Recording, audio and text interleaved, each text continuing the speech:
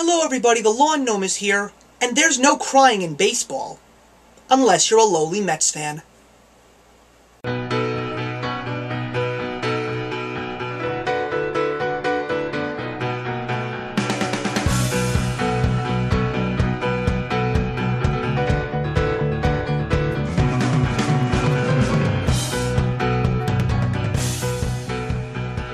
Sports and film miraculously go hand in hand.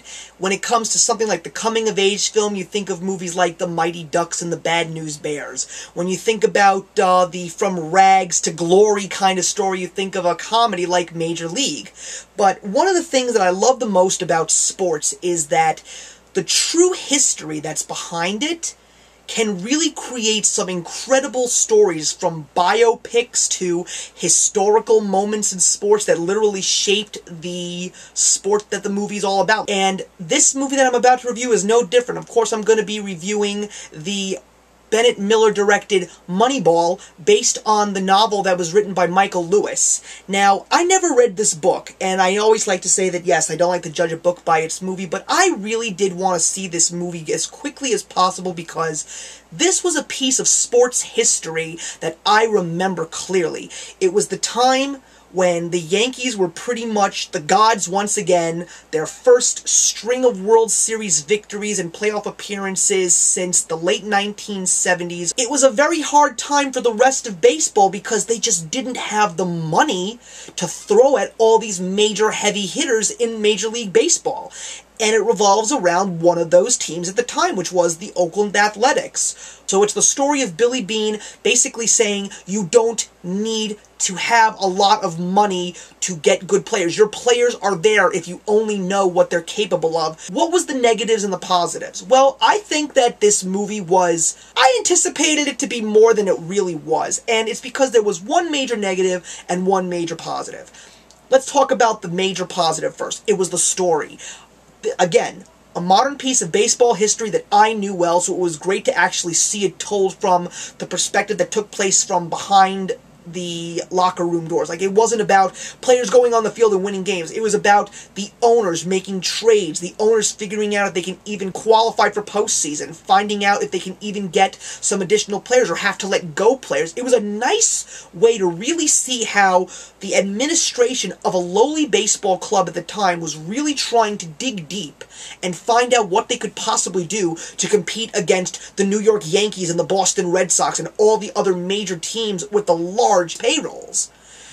And at the same time, what I also liked was the actors that were in there. There was a slew of great actors. Brad Pitt, Jonah Hill, and Robin Penn, and probably my favorite in the movie, even though he really didn't have a huge role, was Philip Seymour Hoffman playing the manager Art Howe.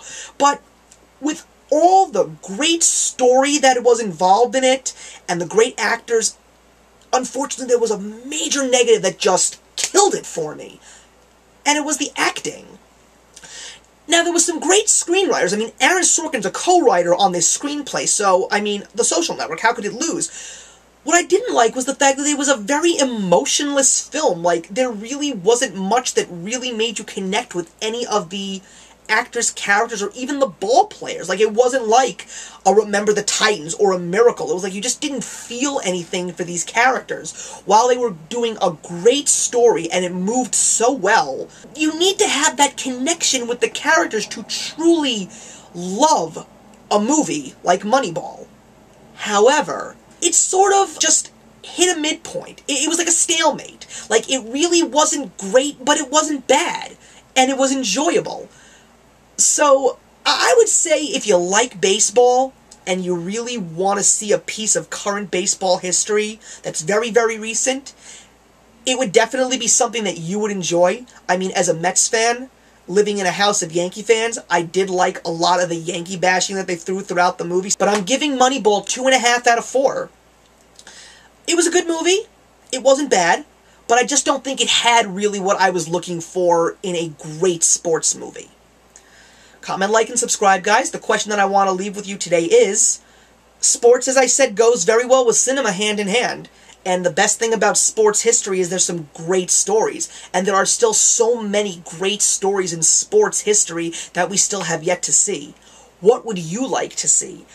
I don't want to jinx it, but right now, if things keep going in the way that it's going for the Detroit Lions and the NFL, I would love to see a movie about that. On the lawn, Gnome, and remember that actions speak louder than words.